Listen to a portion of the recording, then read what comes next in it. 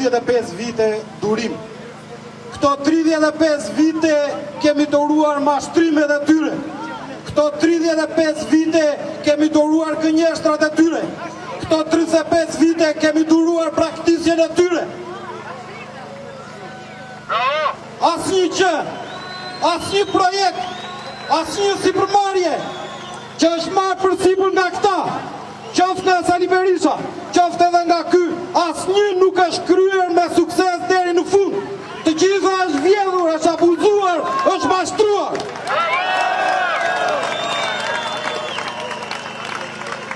Fatkeqësisht, kushtetuta thot që presidenti ushtron vullnetin e popullit. Presidenti jonë është qesharak. E vetëmi arsye që u qoftë presidenti ishte që mos të dilte asnjëherë në një intervistë në media dhe mos të fliste për asgjë. Ne nuk kemi nevojë për të, se ne flasim vetë. Ne kemi folur vetë dhe do flasim vetë sot më shumë se kur.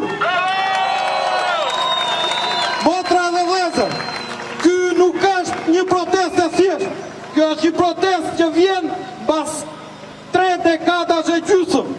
Pas 3 dekadash e gjysmë ku këta talleshin dhe siç i pëlqen kryeministrit tonë të përdorë anë figurative, fjalimet e të cilit sot edhe ato podcastet që bëjnë nuk eksitojnë as ta ulan ballën e Zeqinen, edhe aq më tepër fjalimet e Sali Berishës të eksitojnë Flamur Nokën.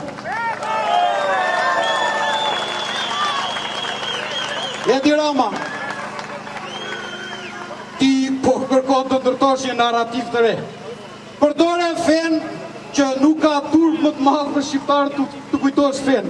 Ne jemi shembull botëror, po jemi ne, jo ju. Kërkove algoritmin të Karen, sot i lutesh e një familje që sipas teje të çonte letër, ku ti i thoje në protestë mos dil. Pse? Se ke frikë. Nga se ke frikë ti. Ti ke frikë nga vota e lirë, nga zgjedhja dhe të gjithve këtyre njerëzve. Sot, duhet i them çdo njerit prej jush, ashtu si herën e kaluar falenderit, sepse juve keni dalë mbas 35 vitesh kur këta mendoni se askush nuk reagon në këtë vend, se këtu mund të vidhet, se këtu mund të plaçkitet, se këta shqiptarët mund të përtiqen jashtë shtetit, se këtu ekziston vetëm servilizmi. Këtu ekziston vetëm njerëzit pa dinjitet. Më thoni një deputet vetëm, një deputet që është i zgjedhur nga vota e popullit dhe dali këtu në këtë shes midis njerëzve të kërkoj falje. Kush ka kërkuar falje për këtë vend? Kush ka kërkuar falje për luftën civile të 97-s? Me dua se harruam. Kush ka kërkuar falje për emigracionin masiv? Kush ka kërkuar falje për plaçkitjen masive që i bëhet këtij populli?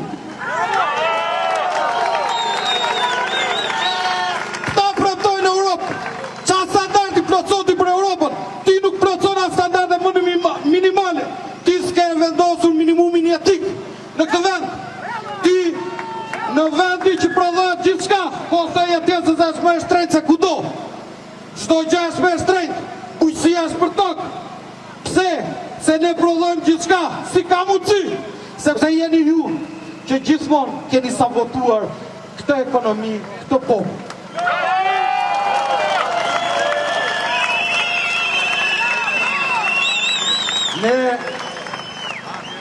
Unë flas sipas jetës time dhe sipas jetës time do vazhdoj ta bëj, sepse vetëm time përfaqësoj.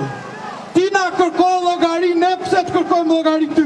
Para këtyre shkallëve ti the se qeveria është e juaja, ne kemi vetëm rolin. Sot si është si pronar. Si ka mundësi? Si ka mundësi si pronar partie, si pronar bashkie, si pronar qeverie? Si ka mundësi? Ne nuk duam thjesht Rama Burg, ne duam konfiskimin e pasurive të gjithë politikanëve të korruptuar. Konfiskimin e të gjitha pasurive të politikanëve të korruptuar, edhe atyre që kanë qenë para këtyre që tani që kanë marrë e një gjenerate tjetër, e një gjenerate, jo si gjenerata që promovoja ti, mashtrues ndërkombëtar, se ti e di shumë mirë që tani të kanë ikur edhe ata vëllezërit Erdogan e vëllezërit Vučić, se i kanë krizë të madhe dhe ke një rrjedhje mendore shumë të madhe, si që ka shkruar Havel, nuk po gjen dot me asnjë pjesë të Machiavellit ta aplikosh që të mbulosh një mashtrim me një tjetër. Ne nuk i ha me mashtrimet. Ne duam dorëheqje, të dorëhiqesh si burr. Por ti e burracak se bëndot. Liderat e mëdhenj në momente të mëdha si këto, me këtë popull kaq të bukur, kaq të qetë, kaq të paqë, këta kemi qenë gjithmonë, ju keni dashur të na përçani.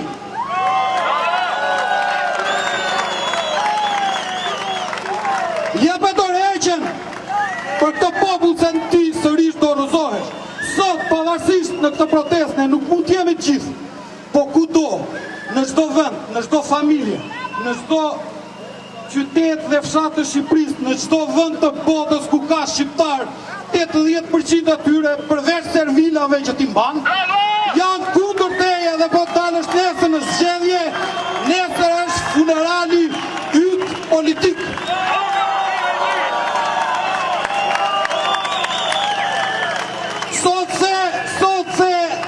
Sot se apo tje, se nuk së ndjek dot, se ty së ndjek me askush, se nuk ben kurios përveç lëpirsave të tu si ta ulan bale apo si qeneja, nuk ben me kurios askan, ne kërkojmë ti të dorëhiqesh, se po nuk do dorëhiqe, do të bëjmë ne, do të bëjmë një Shqipëri e tërë të dorëhiqesh.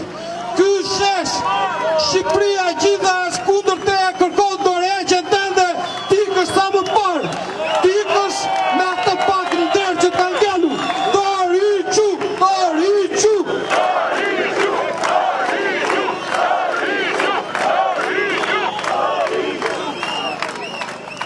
Dua t'i bëj thirrje çdo shqiptari, çdo shqiptari që jeton jashtë vendit, çdo shqiptari që jeton këtu edhe ka humbur shpresën. Çdo kujt që ka dashurim për familjen e vet, për këtë vend. Po më shumë kjo shkon për ata shqiptarë që janë larguar përgjithmonë. Ju duhet të dini që ju ka larguar politika. Kthimin duhet ta bëni ju, si një detyrë jo thjesht ndaj vetes tuaj, por ndaj të parëve tuaj që prihen në këtë vend, dhe ne duhet fillojmë të kemi respekt për historinë tonë, të kaluarën tonë, duhet të kemi respekt për veten tonë, për dignitetin tonë, të marrim në dorë fatet tona, fatet e këtij vendi, fatet e kësaj Shqipërie, që për të cilën për 5000 vjet nuk arriti dot kush ta coptonte. Këta po e coptojnë me ligje, këta po e vjedhin, këta po e plaçkisin. Ku janë resurset tona? Nafta më e shtrenjtë në Europë. Si ka mundësinë e prodhojnë vetë, ku shkon? Bravo! Edhe një fjalë në fundit. Sa i përket pjesës së turizmit, ti je dështar.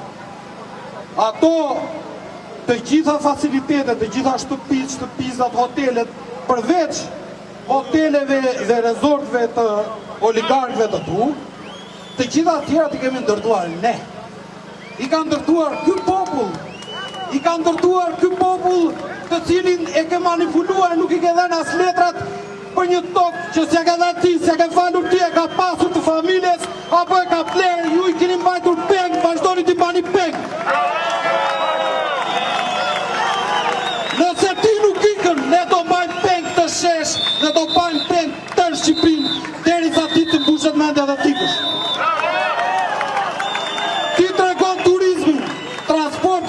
Në Republikën e Shqipërisë është më i degeneruari që mund të ekzistojë me ndonjë vend. Ne nuk kemi sistem adresash. Si orienton ti turistët tek vendi jot? Prandaj, lëni mashtrimet, përgjigju këtij populli, çdo njeriu të ndershëm të këtij vendi, përgjigju këtij sheshi, gjithë njerëzve që kanë ardhur këtu, jep dorëheqjen, largohu, ora jote ka mbaruar, nuk ka më kohë. Ne do ta ndërtojmë Shqipërinë e re. Shqipërinë e çdo kujt me dignitet të pastër, me liri dhe të drejta të plota, të drejta të barabarta, për këtë do prej nesh. Prandaj, largohu sa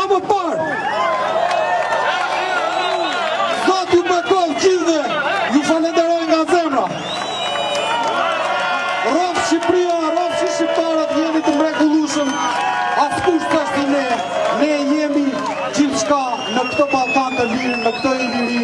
Ju falemnderit, Zoti